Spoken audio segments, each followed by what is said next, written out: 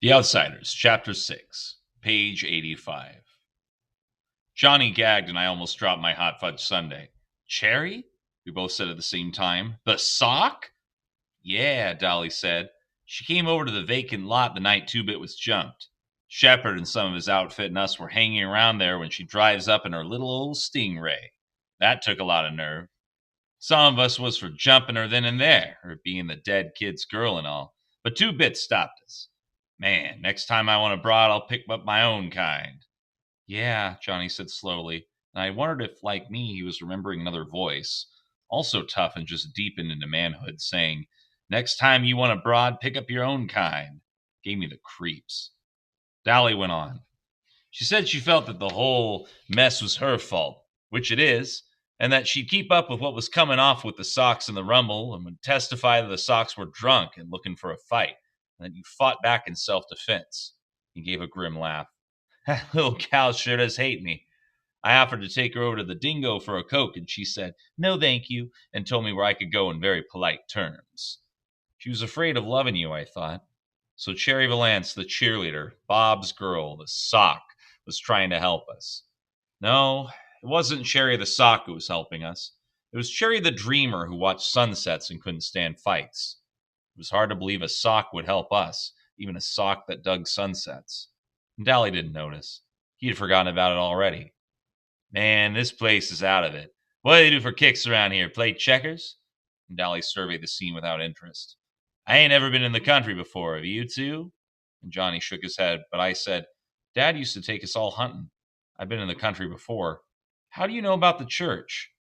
I got a cousin lives around here somewheres. Tipped me off to make a tough hideout in case of something. Hey, Pony Boy, I heard you were the best shot in the family. Yeah, I said. Derry always got the most ducks, though. Him and Dad. Soda and I goofed around too much, scared most of our game away. I couldn't tell Dally that I hated to shoot things. He'd think I was soft. That was a good idea. I mean, cutting your hair and bleaching it.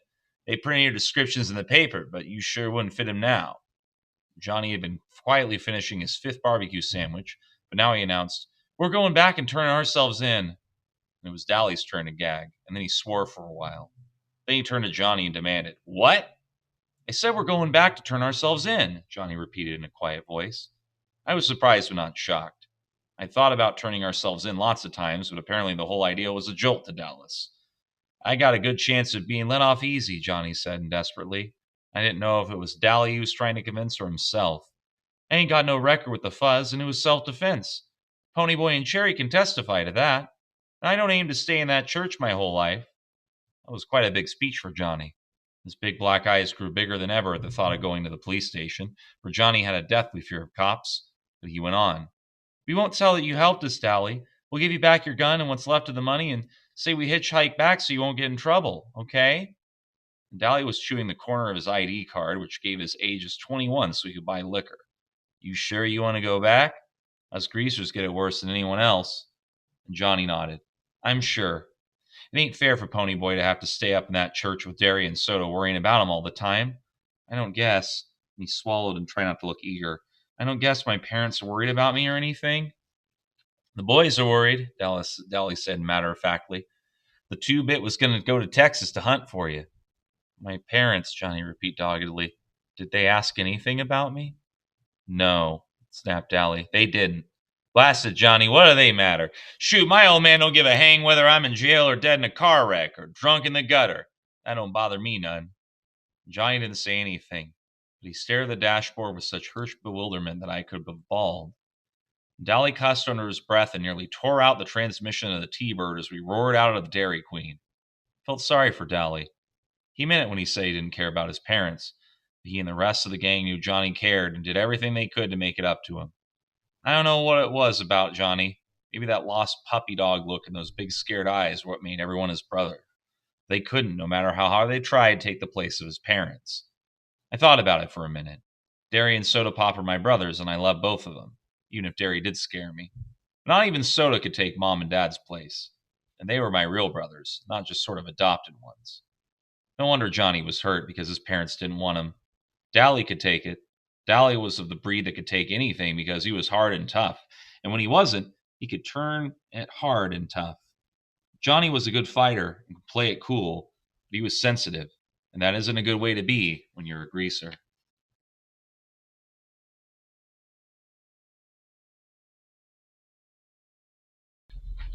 Blast it, Johnny, Dally growled as we flew along the red road. Why didn't you think of turning yourself in 5 days ago? Would have saved a lot of trouble. I was scared, Johnny said with conviction. I still am. He ran his finger down one of his short black sideburns. I guess we ruined our hair for nothing, pony boy. I guess so. I was glad we were going back. I was sick of that church. I didn't care if I was bald. Dally was scowling. From long and painful experience, I knew better than to talk to him when his eyes were blazing like that. I'd likely as not get clobbered over the head. That had happened before, just as it had happened to all the gang at one time or another. We rarely fought amongst ourselves. Derry was the unofficial leader, since he kept his head best. Soda and Steve had been best friends since grade school and never fought, and Two-Bit was just too lazy to argue with anyone. Johnny kept his mouth shut too much to get into arguments, and no one ever fought with Johnny. I kept my mouth shut too. But Dally was a different matter. If something beefed him, he didn't keep quiet about it. And if you rubbed him the wrong way, look out. Not even Derry wanted to tangle with him. He was dangerous.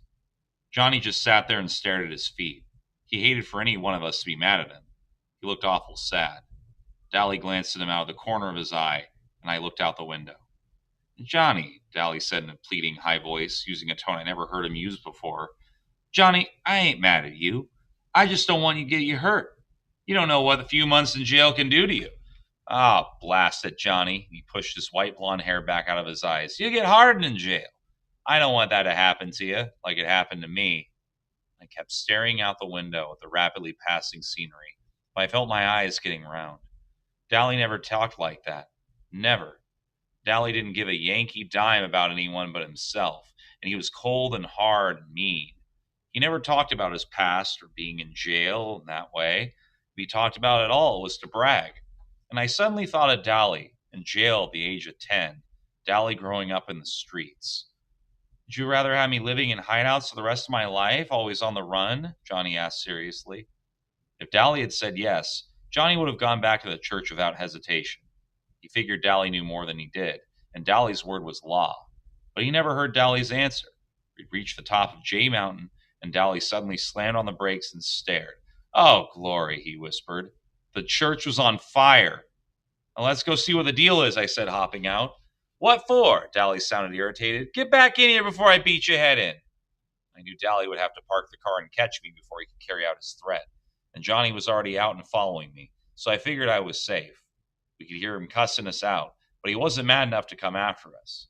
There was a crowd at the front of the church, mostly little kids, and I wondered how they got in there so quickly. I tapped the nearest grown-up. What's going on? Well, we don't know for sure, the man said with a good-natured grin. We were having a school picnic up here, and the first thing we knew, the place is burning up. Thank goodness it's a wet season. The old thing's worthless anyway. And then to the kids he shouted, Stand back, children. The firemen will be here soon. I bet we started it, I said to Johnny. We must have dropped a lit cigarette or something. About that time, a lady came running up. Jerry, some of the kids are missing. Well, they're probably around here somewhere. You can't tell with all the excitement where they may be. No, she shook her head. They've been missing for at least half an hour. I thought they were climbing the hill. And then we all froze. Faintly, just faintly, you could hear someone yelling. And it sounded like it was coming from inside the church. The woman went white. I told them not to play in the church. I told them. And she looked like she was going to start screaming, so Jerry shook her. I'll get him, don't worry. And I started at the dead run for the church, and the man caught my arm. I'll get him. You kids stay out. I jerked loose and ran on. All I could think was, we started it. We started it. We started the fire. I wasn't about to go through that flaming door, so I slammed a big rock through a window and pulled myself in. I was wondering I didn't cut myself to death, now that I think about it. Hey, pony boy. And I looked around startled. I hadn't realized Johnny had been right behind me the whole way. I took a deep breath and started coughing. The smoke filled my eyes and they started watering. Is that guy coming? Johnny shook his head. The window stopped him. Too scared? Nah, Johnny gave me a grin. Too fat. And I couldn't laugh because I was scared I'd drown in the smoke. The roar and crackling was getting louder, and Johnny shouted the next question. Where's the kids? In the back, I guess, I hollered, and we started stumbling through the church. I should be scared, I thought with an odd detached feeling, but I'm not. The cinders and embers began falling on us, stinging and smarting like ants. And suddenly, in the red glow and the haze, I remembered wondering what it was like in a burning ember. And I thought, now I know. It's a red hell. Why aren't I scared then? We pushed open the door to the back room and found 4 or 5 little kids, around 8 years old or younger, huddled in a corner. One was screaming his head off, and Johnny yelled, "Shut up! We're going to get you out!" And the kid looked surprised and quit hollering. I blinked myself. Johnny wasn't behaving all like his old self. He looked over his shoulder and saw that the door was blocked by the flames, then pushed open the window and tossed out the nearest kid. I caught one quick look at his face. It was red marked from falling embers and sweat streaked, but he grinned at me. He wasn't scared either. That was the only time I can think of when I saw him without that defeated, suspicious look in his eyes. He looked like he was having the time of his life. I picked up a kid and he promptly bit me, but I leaned out the window and dropped him as gently as I could, being in a hurry like that. A crowd was there by that time. Dally was standing there, and when he saw me, he screamed, "For Pete's sake, get out of there! That roof's going to cave in any minute! Forget those blasted kids!" I didn't pay any attention, although the pieces of the old roof were crashing down too close for comfort. I snatched up another kid, hoping he didn't bite me. I dropped him without waiting to see if he landed okay or not. I was coughing so hard I could barely stand up, and I wished I had time to take off Dally's jacket. It was hot. We dropped the last of the kids out at the front of the church, started to crumble, and Johnny shoved me towards the window. "Get out!" And I leaped out the window and heard timber crashing, the flames roaring right behind me. I staggered, almost falling, coughing and sobbing for breath. Then I heard Johnny scream, and as I turned to go back for him, Dally swore at me and clubbed me across the back as hard as he could, and I went down into a peaceful darkness.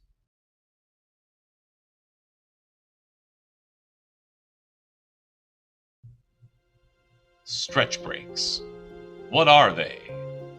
Are they some sort of way of getting our brain to spark electricity across our bodies? Or maybe like an apple falling into the water, we find ourselves stretching for more? Could we stretch our minds? Could we stretch our imaginations? I have no idea. I'm just recording this as something to record while we stretch. It's really that simple. I just put in some background pictures or videos of random things like a guy walking through the mountains for some reason, and then we stretch. It's really that simple. We could get into the metaphysical or the really crazy things that happen in life and space and final frontiers of humanity, or we could just have a stretch break. I don't know. I think our stretch breaks. When I came to, I was being bounced around and I ached and smarted and wondered dimly where I was. I tried to think, but there was a high-pitched screaming going on, and I couldn't tell whether I was inside or outside my head. Then I realized it was a siren. The fuzz, I thought dully. The cops had come for us. I tried to swallow a groan and wish wildly for soda. Someone with a cold, wet rag was gently sponging off my face, and a voice said, "I think he's coming around." I opened my eyes. It was dark. "I'm moving," I thought. "Are they taking me to jail?" "Where?" I said hoarsely, not able to get anything else out of my mouth. My throat was sore. I blinked at the stranger sitting beside me, but he wasn't a stranger. I'd seen him before. "Take it easy, kid. You're in an ambulance." "Where's Johnny?" I cried, frightened at being in this car with strangers. "And Dallas?" "They're in the other ambulance, right behind us. Just calm down. You're going to be okay, kid. You passed out." "I didn't either," I said in the bored, tough voice we reserve for strangers and cops. "Dallas hit me. How come?" "Because your back was in flames, that's why." And I was surprised. "It was? Golly, I didn't feel it. I don't hurt." "We put it out before you got burned. That jacket saved you from a bad burn, maybe saved your life. You just keeled over from smoke inhalation and a little bit of shock, of course. That slap on the back didn't help very much." I remember who he was then. Jerry, somebody or other, who was too heavy to get in the window. He must be a school teacher, I thought. "Are you taking us to the police station?" I was still a little mixed up as to what was going on. The police station? It was his turn to be surprised. Why would we want to take you to the police station for? We're taking all three of you to the hospital. I let his first remark slide by. Are Johnny and Dally all right? Which one's which? Johnny has black hair. Dally's the mean-looking one. He studied his wedding ring. Maybe he's thinking about his wife, I thought. I wish he'd say something. We think the tow-headed kid's going to be all right. He burned one arm pretty bad, though, trying to drag the other kid out the window. Johnny, I don't know about him. A piece of timber caught him across the back. He might have broken it. He was burned pretty badly. He passed out before he got out the window. They're giving him plasma now. He must have seen the look on my face because he hurriedly changed the subject. I swear, you three are the bravest kids I've seen in a while. First, you and the black-haired kid climbing that window, and that tough-looking kid going back in to save him. Miss O'Brien and I think you were sent straight from heaven. Or are you just professional heroes or something? Sent from heaven? You got a good look at Dallas? No, we're greasers, I said. I was too worried and scared to appreciate the fact that he was trying to be funny. You're what? We're greasers, like hoods, JDs. Johnny was wanted for murder, and Dallas is a wreck with a fuzz a mile long. Are you kidding me? Jerry stared at me as if he thought I was in shock or something. No, I'm not. Take me to town, you'll find out pretty quick. We're taking you to a hospital there anyway. The address card in your billfold says where you lived. Your name really Ponyboy? Yeah, even on my birth certificate. And don't bug me about it. Arr. I felt weak. Are the little kids okay? Yeah, they're just fine. A little frightened, maybe. There were some short explosions right after you all got out. Sounded like gunfire. Gunfire. There went our gun. Gone with the wind. Were we sent from heaven? I started to laugh weakly. I guess that guy knew how close hysterics I really was, for he talked me in a low, soothing voice all the way to the hospital. I was sitting in the waiting room, waiting to hear how Dally and Johnny were. I'd been checked over. Except for a few burns and a big bruise across my back, I was all right. I watched him bring Dally and Johnny in on stretchers. Dally's eyes were closed. But when I spoke, he had tried to grin and told me if I ever did a stupid thing like that again, he'd beat the tar out of me. He was still swearing at me when they took him in. Johnny was unconscious. I've been afraid to look at him. I was relieved to see his face wasn't burned. He just looked very pale and still sort of sick. I cried at the sight of him, except I couldn't cry in front of people. And Jerry Wood had stayed with me all the time. He kept thanking me for getting the kids out. He didn't seem to mind our being hoods. I told him the whole story, starting when Dallas and Johnny and I had met at the corner of Pickett and Sutton. I left out the part about the gun and our hitching a ride in the freight car. He was real nice about it and said being heroes would help us get out of trouble, especially since it was self-defense and everything. I was sitting there, smoking a cigarette, when Jerry came back from making a phone call. He stared at me for a second. You shouldn't be smoking. I was startled. How come? I looked at my cigarette. It looked okay to me. I looked around for a no smoking sign, couldn't find one. How come I can't smoke? Why, Jerry stammered, you're too young. I am? I never thought about it. Everyone in our neighborhood, even the girls, smoked. Except for Derry, who was too proud of his athletic health to risk a cigarette.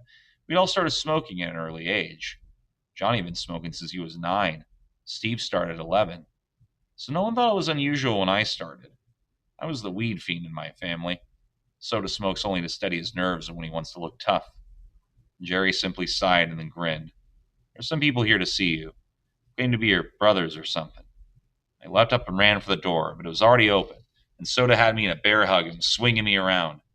I was so glad to see him I could have bawled. Finally, he set me down and looked at me. He pushed my hair back. Oh, Ponyboy, your hair, your tough, tough hair. And then I saw Derry. He was leaning in the doorway, wearing his olive jeans and black t-shirt. He was still tall, broad-shouldered Derry, but his fists were jammed in his pockets and his eyes were pleading. I just looked at him.